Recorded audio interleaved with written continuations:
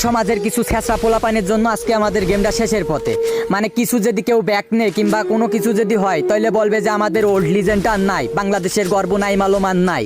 ভাই কোন কারণে নাই? বিটুকে বিএনএল আর নাই, মানে আমাদের মাঝে নাই। যে ওল্ড ক্রিয়েটর ছিল তারা নাই, সবাই গেম থেকে লিভ নেছে।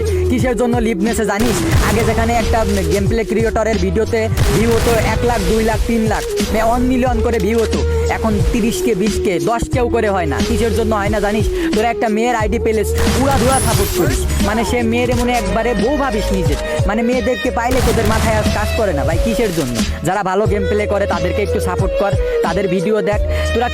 তোরা একটা মেয়ের আইডি পাইলে তোদের মাথায় আর কাজ করে না। আর অবশেষে একটা স্ট্যাটাস দিবি যে আমাদের বিটুকে নাই গেমে, আমরা আর গেম খেলবো না, আমাদের গেমিং কমিউনিটিটা শেষ হয়ে যাচ্ছে। ভাই তোদের এই কারণেই তো গেমিং কমিউনিটি শেষ হয়ে যাচ্ছে।